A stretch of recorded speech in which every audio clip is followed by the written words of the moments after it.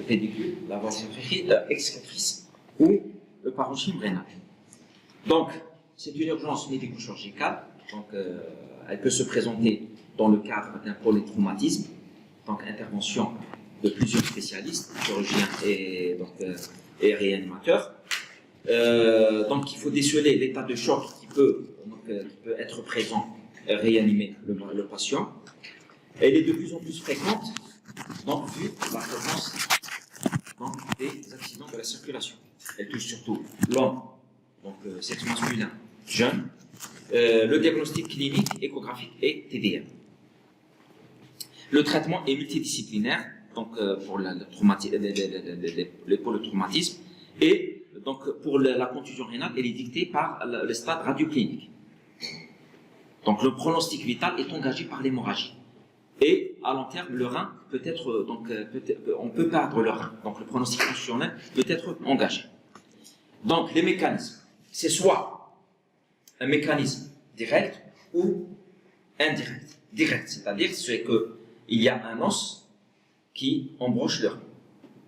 Indirect, c'est la décélération, c'est-à-dire la voiture marche à une vitesse par exemple 180 km/h, il y a une décélération brusque, le rein continue à avancer avec une vitesse 180 degrés, comme le seul moyen de fixité du rein au niveau donc, de la fosse lombaire, c'est son pédicule. C'est le seul moyen de fixité. Et donc, les traumatismes indirects concernent surtout le pédicule rénal. Le rein, on a vu l'anatomie, donc calice, pied lent, jonction urétérale, artère, vessie, meilleur urétérale, trigone, détrusor, urètre. Ce qui entoure immédiatement, c'est une membrane qui entoure immédiatement, s'appelle la capsule.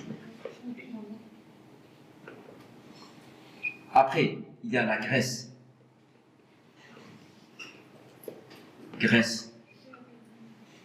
périrénale. Il y a les fascias.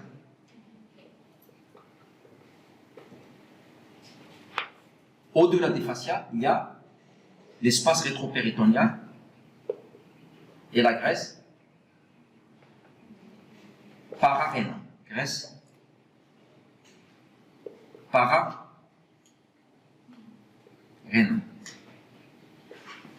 Si la capsule n'est pas rompue,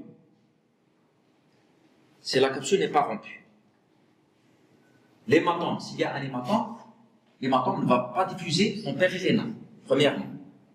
S'il y a un fragment, le fragment ne va pas se déplacer. Si la capsule est rompue, l'hématome va sortir dans l'espace périrénal et le fragment va se déplacer.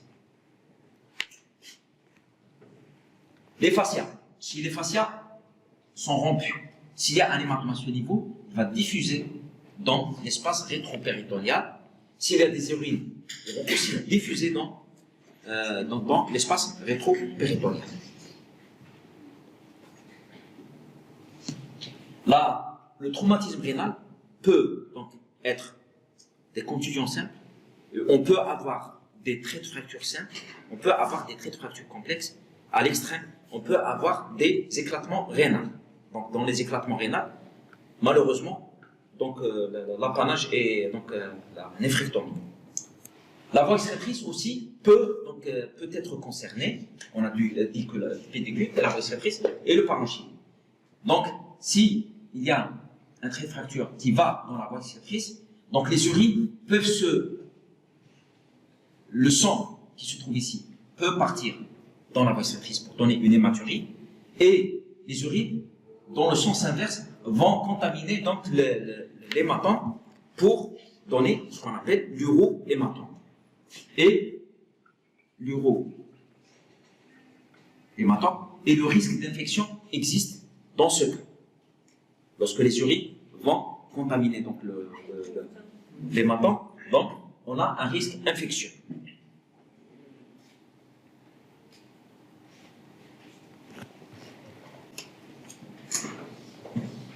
L'évolution. Auparavant, on opérait beaucoup de contusions rénales, mais on a remarqué que beaucoup de lésions évoluent favorablement. C'est pour ça que maintenant, l'indication chirurgicale est donc de moins en moins fréquente. Donc, on a vu que les hématomes vont se résorber. On a vu aussi, lorsqu'il y a résorption, il y a par exemple un hématome à ce niveau, il va se résorber. Après, il y a rapprochement des traits des berges et qui vont cicatriser. L'évolution défavorable se voit surtout lorsqu'il y a un neurohématome. On a dit qu'il y a un risque d'infection. Les urines, lorsqu'elles cicatrisent, elles peuvent donner une fibrose. Donc, une fibrose rétractive. Et on a un troisième risque qui est le risque d'enquistement. Donner un kyste. C'est-à-dire lorsqu'on réalise des scanners à distance, on va trouver un kyste rénal qui est le résultat d'un neurohématome négligé ou qui a donc évolué à long terme. Donc l'eurohématome peut s'infecter. C'est le risque majeur d'infection. Le risque majeur. On peut avoir une fibrose qui va contourner le rein. Il y a des conséquences à ça. C'est surtout l'hypertension artérielle rénovasculaire. Et on a un risque d'enquistement, un faux kyste. C'est-à-dire c'est un liquide citrin, qui contourne, qui est bien localisé au niveau du rein.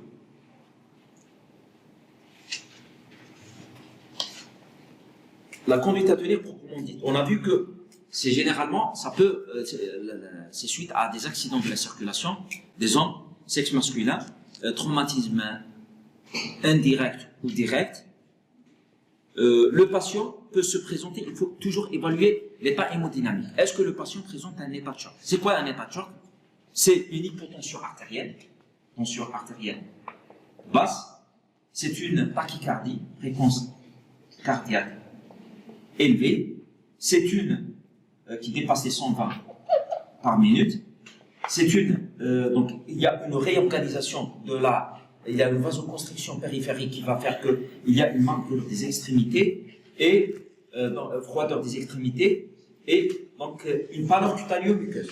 Il y a une pâleur cutaneo-muqueuse, respiration superficielle, froideur des extrémités pour accélérer les chutes de la tension artérielle. Qu'est-ce qu'on fait? Mesure de réanimation. Ça consiste à quoi? Multiples abords veineux pour réanimation, donc perfuser des macromolécules, voire du sang isogroupe isorésus.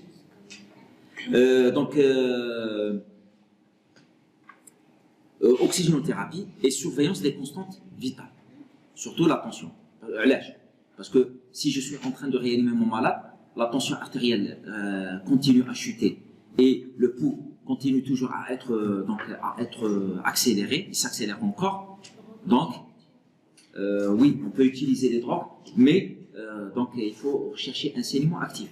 Dans certains cas, on peut faire des laparotomies ou échographie en urgence pour guider un peu le diagnostic.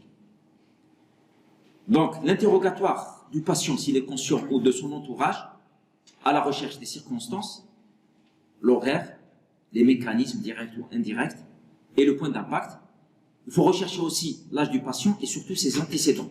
Par exemple, un patient sous anticoagulant, un traumatisme minime peut expliquer donc une contusion rénale chez les patients sous anticoagulants. Le dernier repas, dans certains cas, on est obligé à admettre le malade en urgence au bloc opératoire. Donc il faut voir si le malade n'a pas un résidu gastrique. Évaluation hémodynamique, laparotomie si choc difficile à faire remonter. Si le patient reste stable, on peut évaluer le patient sur le plan neurologique, sur le plan viscéral, et l'urologue peut intervenir aussi pour faire le bilan lésionnel et faire ressortir la stratégie thérapeutique. Maintenant, on va se concentrer sur l'appareil urinaire, sur la contusion rénale. Donc, quels sont les signes qui nous permettent de détecter une contusion rénale? D'abord, la présence d'hématurie. Hématurie macroscopique, c'est-à-dire qu'il y a quelque chose dans l'appareil urinaire. Il n'est pas proportionnel à la gravité des lésions. On peut avoir des lésions minimes avec hématurie macroscopique abondante. On peut ne pas avoir d'hématurie alors que le traumatisme est grave. Une douleur lombaire, de lombalgie, mais que ce n'est pas spécifique. Elle n'est pas spécifique. Des lombalgies, elle peut être pariétale. Elle peut être pariétale. Et à l'examen physique, on doit rechercher une échymose de la région lombaire avec un comblement de la fosse lombaire. C'est quoi le comblement? On a l'aspect habituel, on a au niveau de la région lombaire, on a une concavité.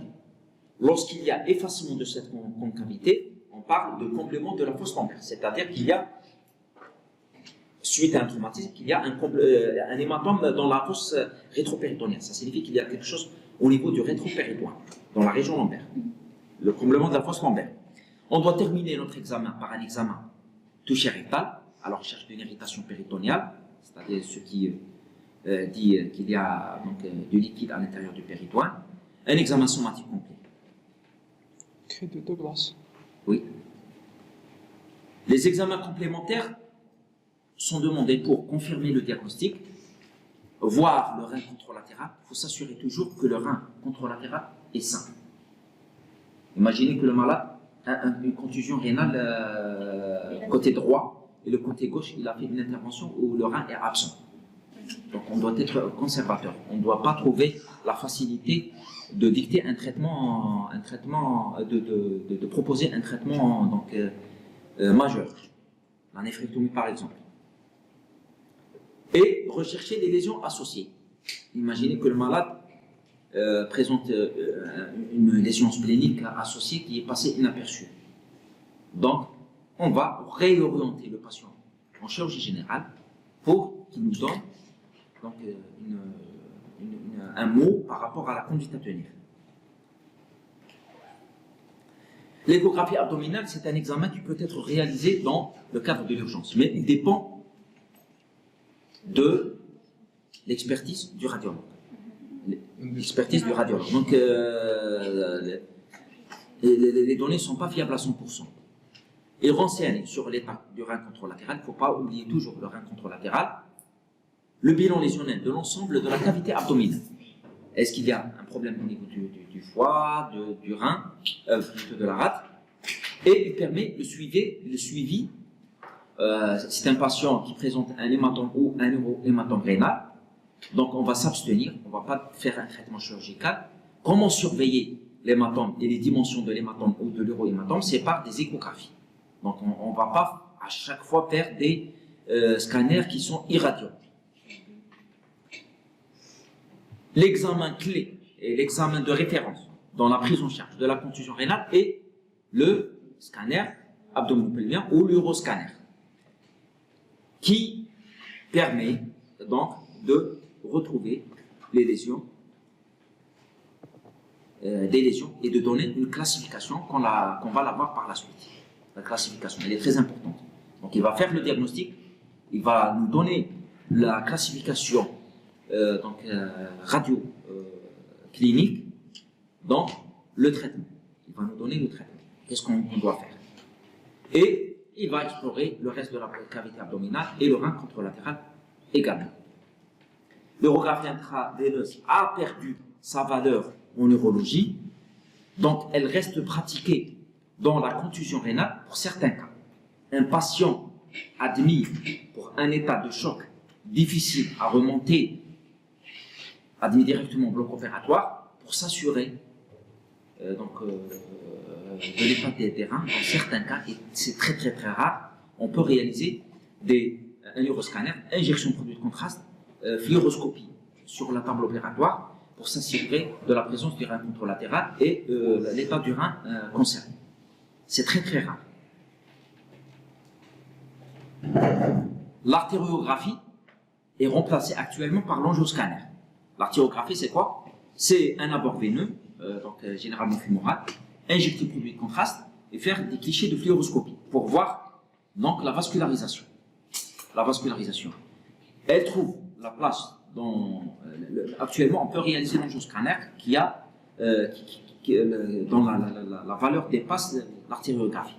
Il permet en même temps de voir les vaisseaux et de voir les organes. Mais elle garde une place dans la radiologie interventionnelle. La radiologie interventionnelle, c'est-à-dire, soit c'est un vaisseau qui saigne, on va l'emboliser, soit c'est un thrombus qui bouge un vaisseau, on va donc le dissoudre. On va le dissoudre. Donc, perméabilisation en cas de thrombus. L'UPR, c'est quoi? Vous avez vu la première étape. Là, on fait la cystoscopie lors des vidéos de la lithiase.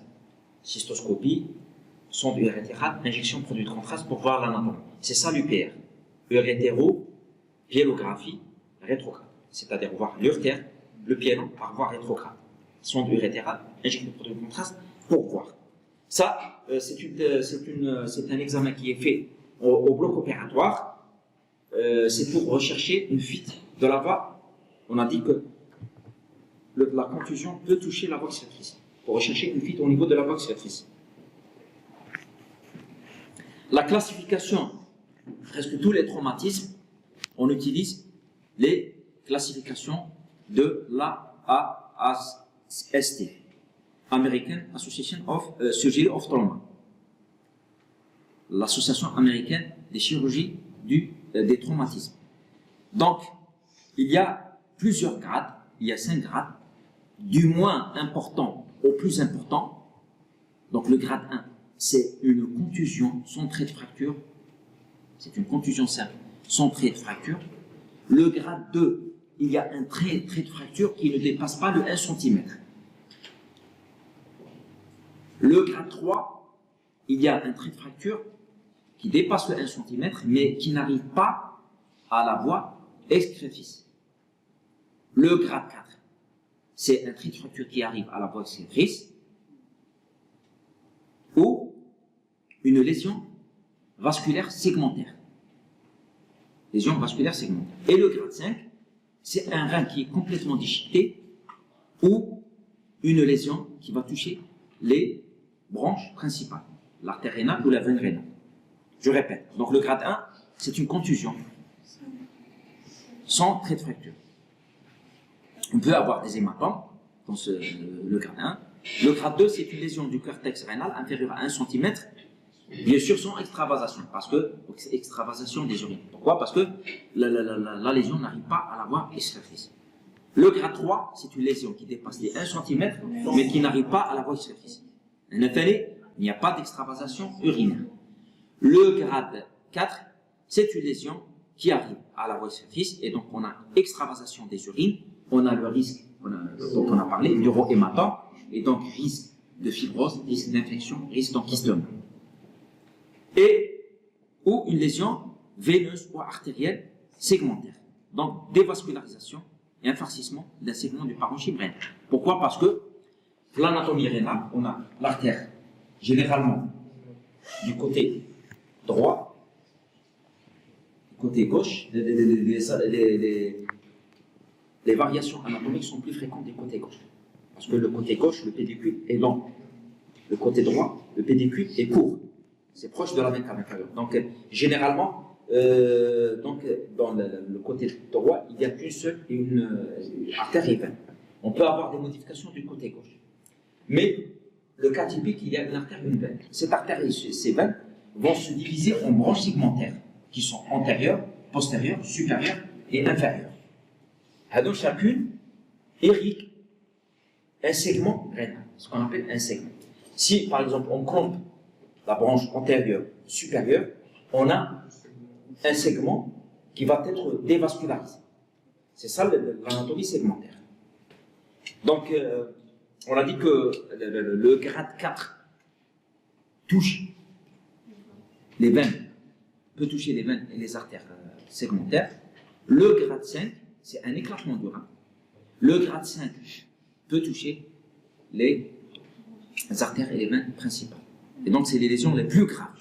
Et le risque de néphrectomie est plus important dans les grades 5 que les autres grades. La classification de Châtelain est une ancienne classification à oublier. Là, c'est des clichés de scanner qui montrent une contusion. Vous voyez le rein, le rein gauche et le rein droit. Comment ça va que... Où est le rein gauche et le rein droit? Hein? Droit par rapport à l'aorte. Oui, par rapport à l'aorte. Voilà l'aorte. L'aorte est plus à gauche. Voilà la gauche, voilà la droite. L'aorte, Qui tu fais une coupe, par convention, que tu fais une coupe, tu fais un méthode. Voilà, les coupes sont faites de d'en bas. Ce qui est à ma gauche, c'est la droite du malade. Ce qui est à ma droite, c'est la gauche du malade. D'accord? Elle est opacifiée, elle est là. Elle est là, la veine cave inférieure est là. بصح la veine cave inférieure يجي على droite, انت جايك على gauche تاعك. c'est la droite des Donc, si on fait une coupe, c'est comme si je vois le malade d'en bas. Donc, ce qui est, la droite c'est ma gauche et la gauche c'est ma droite. Et je vois pour les coupes, donc c'est ça. Avec c'est la même chose. Le rein droit, il est de ce côté, le rein gauche est de ce côté. Vous voyez qu'il y a, vous voyez le cortex à ce niveau, il y a un foyer de contusion à ce niveau. Vous le voyez? Le deuxième, donc le rein toujours gauche, il y a un foyer de contusion. Et pour le rein droit, il y a un foyer polaire inférieur. Là, c'est grade 2. On a dit que grade 2, c'est pas très évident. Le grade 2, c'est quoi? Inférieur à 1 cm. C'est des traits de fracture qui ne dépassent pas, vous les voyez au niveau du cortex, qui ne dépassent pas les 1 cm, qui peuvent s'accompagner, comme dans ce cas, avec un hématome. Il y a un hématome important. Vous voyez, tout ça, c'est un hématome. C'est un hématome périrénal.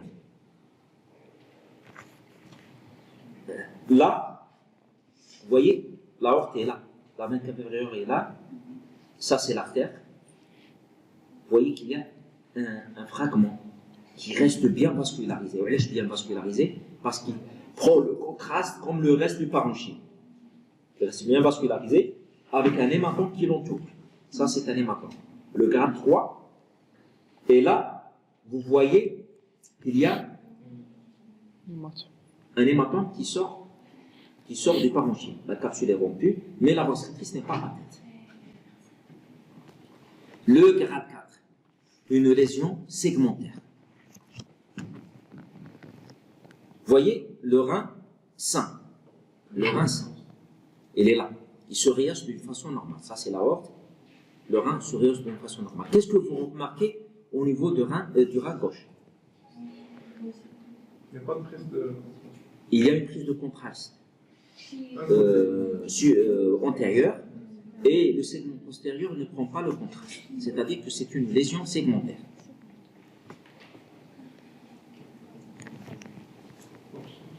Le grade 5, vous voyez qu'il y a un hématome très important avec un éclatement, avec plusieurs fragments rénaux. Donc c'est un éclatement rénal.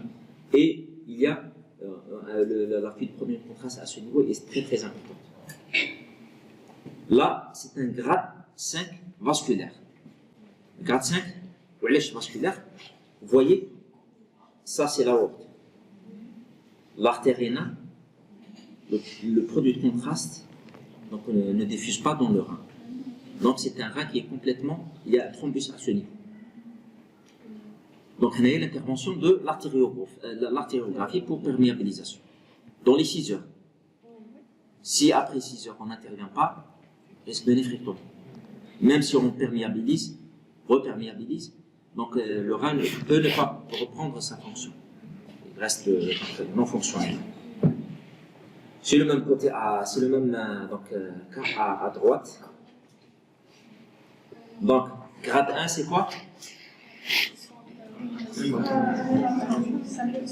Contusion rénale. Grade 2, c'est un trait de fracture qui ne dépasse pas 1 cm. Grade 3 de la voie extractrice. Grade 4, 3, 4. Segmentaire. Atteinte de la voie extractrice, vous êtes une branche segmentaire. Grade 5, chirée de l'artère. Artère principale, artère ou la veine rénale, ou éclatement rénal. Le traitement.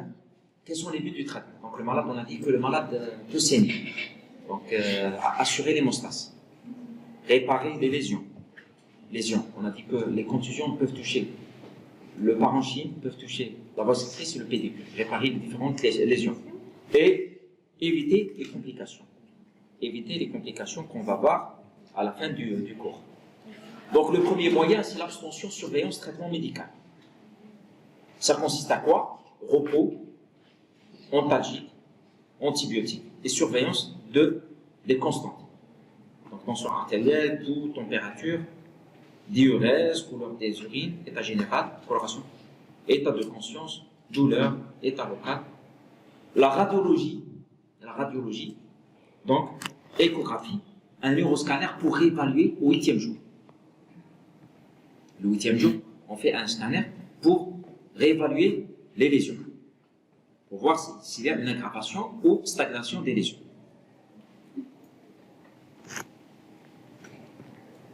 C'est le premier moyen. Donc abstention, surveillance, traitement médical. Traitement médical consiste à un traitement antalgique, repos au lit et traitement antibiotique. Surveiller différentes constantes, la diurèse, le pouls, la tension artérielle, surveillance biologique et radiologique, échographie, euroscanner au 8e jour. Dans quel grade on utilise Donc les indications. les antibiotiques? C'est quand on donne les antibiotiques. Généralement, les malades qui présentent un hématome, on fait un antibiotique parce que c'est par prévention. On ne sait pas si le malade va s'infecter ou pas. Probabiliste ou bien. Un traitement probabiliste, exactement. Traitement probabiliste. Par rapport à l'IBG. Oui, exactement. La chirurgie conservatrice, réparatrice, c'est quoi? C'est réparer. Donc, drainer l'hématome. Pour le parenchyme, c'est faire des sutures, néphrographie de rapprochement, extraire un fragment qui est dévitalisé, qui n'est pas vascularisé, et faire des points de rapprochement, ce qu'on appelle les néphrographies de rapprochement, réparation de la voie extractrice, s'il y a une fuite urinaire, et réparation des lésions pédiculaires. La chirurgie radicale, c'est la néphrectomie. Néphrectomie, on l'a dit, c'est soit faite en urgence, parce qu'il y a un rein qui saigne avec un état de choc, et l'état de choc est difficile à faire remonter, il y a une lésion principale qu'on ne peut pas contrôler, donc faire néphrectomie.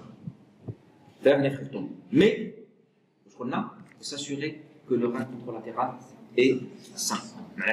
Si j'ai un doute, je peux réaliser sur la table opératoire un cliché d'urographie 10 minutes pour voir si le rein est fonctionnel ou là. Ou c'est un rein grade 5, complètement déchiqueté. Je ne peux pas réparer l'homme. Donc là, je peux me permettre de faire une néphrectomie. Il y a aussi des traitements instrumentaux qui consistent à quoi? S'il y a une fuite urinaire, on peut faire une sonde Bleugier. C'est-à-dire endoscopie, monter le fluide, monter une sonde de Bleugier. Alors le rein, elle la réceptrice, et ça de la vessie. C'est une sonde qui va dans la réceptrice, qui a deux boucles, boucle à ce niveau et boucle à ce niveau. La sonde Bleugier. Les boucles empêchent que la sonde bouge. Ils vont les garder en place. C'est les sondes Bleugier. C'est pour les fuites urinaires. On a vu aussi l'intérêt de l'artériographie, c'est pour emboliser ou pour thromboliser. Emboliser, c'est-à-dire envoyer un embole qui va boucher un saignement. Et s'il y a un thrombus, on va le thromboliser et mettre un stent s'il y a un décollement donc, de l'intime. Là, c'est des traits de fracture, donc c'est des vues péropératoires. Donc,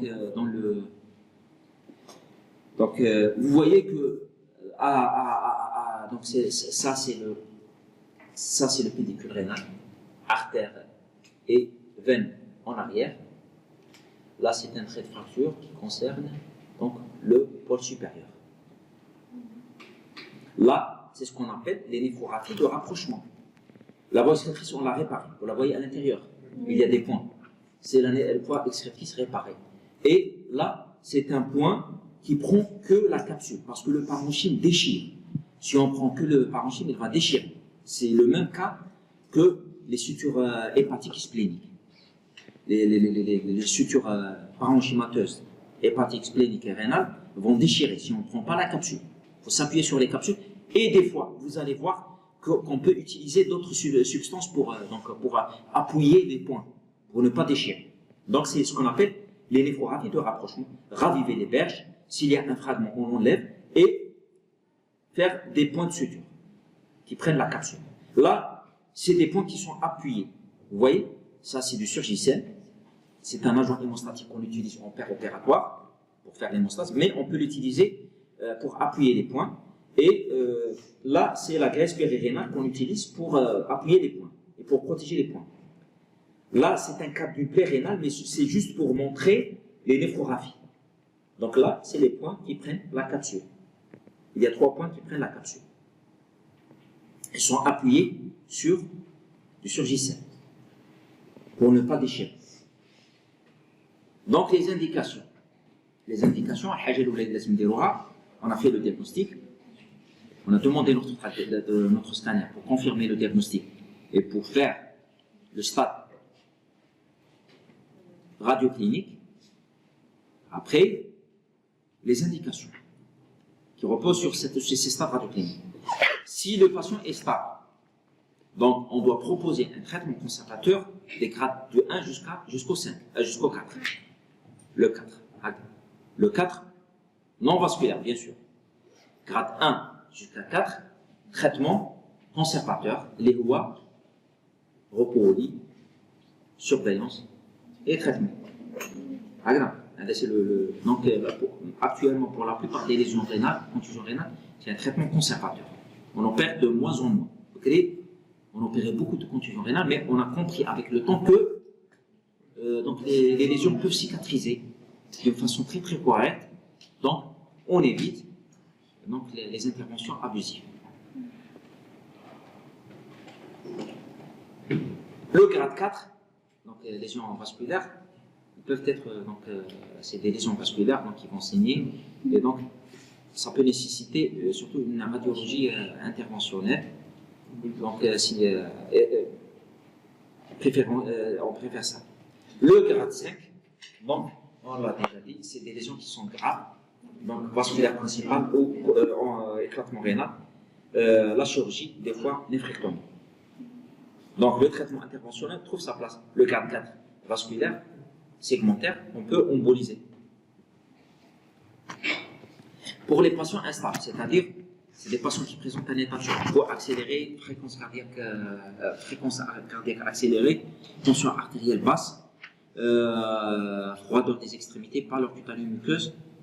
Donc, j'essaie mes mesures de réanimation, abord veineux, bilan, sondage, oxygénothérapie, mais j'arrive pas à remonter l'état de choc.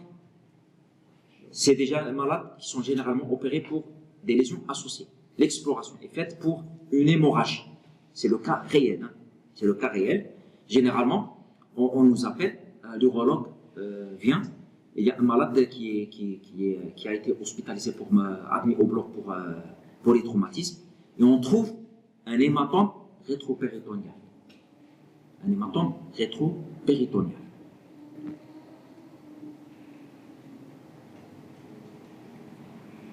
Qui est, si le hématome est stable, ne le touche pas. Pourquoi? Parce que cet hématome assure l'hémostase. Le fait que le péritone postérieur reste fermé, donc il y a un tamponnement, effet tamponnade, ce qui fait que l'hémostase est assurée. Au contraire, si on ouvre le rétropéritoine, l'hématome va diffuser et la plaie va recommencer à saigner. On opère l'hématome rétropéritonien lorsqu'il est expansif, c'est-à-dire qu'il augmente de volume rapidement, et lorsqu'il est pulsatif, c'est-à-dire qu'il y a une lésion artérielle. Heureusement, la plupart des lésions c'est veineux, elles sont veineuses, mais elles peuvent être artérielles. Veineuses, le fait que la veine se thrombose, elle va arrêter de se saigner, surtout lorsqu'elle est de petit diamètre.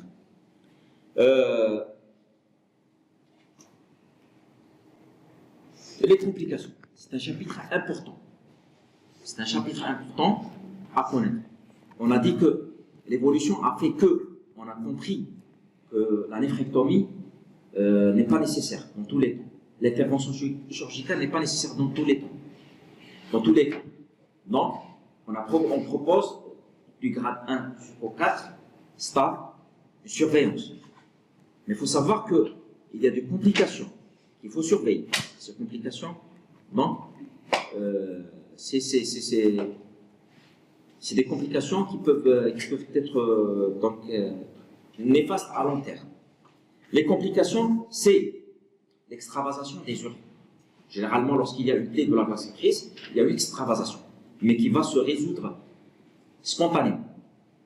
Si elle ne se résout pas, on peut être amené, dans des cas rares, à mettre en place une sondologie. On a parlé de la sondologie, on l'a fait pour les fluides urinaires.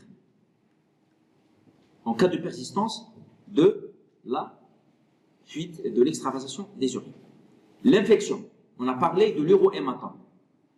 L'urohématome. Donc on a un urohématome initialement qui s'est infecté pour donner un phlegmon périnéphrétique. Selon le diamètre, selon la manifestation clinique, on peut proposer une ponction éco-guidée ou un drainage chirurgical. Si c'est un phlegmon périnéphrétique qui dépasse les 5 cm, il est de 10 cm, on peut donc proposer directement l'intervention chirurgicale pour évacuer le phlegme. Mais idéalement, c'est le drainage percutané qui est moins invasif. Vous savez, le drainage percutané, avec un radiologue, on repère, donc de préférence partir en postérieur, faire une échographie, repérer l'abcès et ponctionner l'abcès et laisser en place une sonde dans l'abcès pour évacuer le pus. C'est ça le drainage percutané. Une hémorragie secondaire, c'est-à-dire c'est une hémorragie qui s'est tarie et qui se manifeste secondairement. Donc généralement c'est des hémorragies de petite abondance qui vont s'arrêter spontanément. Dans les cas les plus graves, les cas qui nous inquiètent, on peut proposer une embolisation. Pour les fragments dévitalisés, c'est-à-dire un fragment isolé qui ne prend pas le contraste. Un fragment isolé, un triangle qui est isolé, qui ne prend pas le contraste. Les fragments, ils sont source de complications, surtout hypertension rénovasculaire. L'hypertension rénovasculaire, c'est la sécrétion de la rénine par le rein qui va donc transformer l'angiotensine 1 en angiotensine 2 avec un risque d'hypertension artérielle. La caractéristique de cette hypertension rénovasculaire, c'est que c'est des hypertensions qui ne répondent pas au traitement médical. J'ai vu des ordonnances de malades qui sont sous 3 ou 4 traitements anti-hypertenseurs, mais qui ne répondent pas. Les chiffres de tension restent élevés, à 20, 10, 20, 12. Donc, c'est la caractéristique des hypertensions rénovasculaires. Et, dans le cas où l'hypertension est rebelle au traitement médical, on peut proposer la néphrectomie. Parce que c'est le rein qui synthétise la rénine, qui provoque ce... Donc, on peut faire une néphrectomie. Et voir la régulation de la tension artérielle après néphrectomie. Donc, secondaire à une plaie de l'artère, une compression du rein par un hématome ou une fibrose, sécrétion de la rénine, des fois une néphrectomie se rebelle au traitement médical. L'insuffisance rénale, il ne faut pas oublier de toujours s'assurer que le rein contralatéral est présent et il est sain. Dans la prise en charge. Dans toutes les étapes, dans tous les examens complémentaires, on a parlé, étudier le rein contralatéral. Imaginez qu'il y a une contusion rénale, on décide d'opérer le malade, et le rein contralatéral est absent. On fait une néphrectomie ou on fait un traitement conservateur. Idéalement, on fait un traitement conservateur. Mais malgré ça, on peut avoir une insuffisance rénale. Parce que, imaginez qu'un malade il a présenté une contusion rénale, il a été traité, après le rein contralatéral est et siège de néphropathie. C'est des patients qui risquent on peut voir ces scénarios. Donc le suivi. Vous arrivez à suivre là? Oui. Très bien.